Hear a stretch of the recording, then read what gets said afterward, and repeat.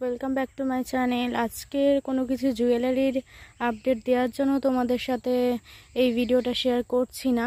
এটা আমাদের বাগান বলতে পারো। আমার বাবা মা সবাই মিলে এটা তৈরি করেছে। তো চলো এক একটা করে গাছ দেখানো যাক। এটা টমেটো গাছ, তোমরা দেখতে পাচ্ছ এখানে ছোট ছোট টমেটো হয়েছে, ওদিকে আরও হয়েছে, দেখাচ্ছি তোমাদের। তোমরা দেখতে পাচ্ছ আশা করি টমেটোগুলো। ওই যে দূরেও দেখা যাচ্ছে ছোট ছোট, এগুলো কড়াইশুঁটি,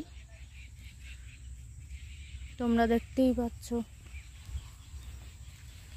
একটা ছোট্ট ওলকপি রয়েছে নিচে, দেখতে পাচ্ছ তোমরা। এটা ধনেপাতা, ধনেপাতাটা নষ্ট হয়ে গেছে প্রায়, যেহেতু কুয়াশাটা কম পড়ছে এখন। এখানে রয়েছে ব্রোকলি, ফুলকপি। চলো তোমাদের ওদিক থেকেও দেখিয়ে আনি। এখানে দেখো সুন্দর লাগছে ফুলকপিটা। ফুলকপি রয়েছে এখানে, ব্রোকলি রয়েছে, আর এটা বিট গাছ। ছোট ছোট বাঁধাকপি হয়েছে, ফুলের মতো, পুরো ফুলের মতো লাগছে। এটা পালং শাক, যেহেতু সামনে সরস্বতী পূজা চলে এসছে ওই জন্য শীষ পালং হয়ে গেছে। এটা আর একটা ব্রোকলির জায়গা, যেখানে ছোট ছোট ব্রোকলি হয়েছে।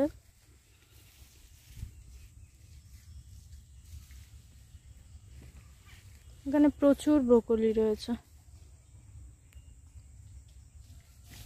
এটা লঙ্কা গাছ, এটা লাল নোটেশা।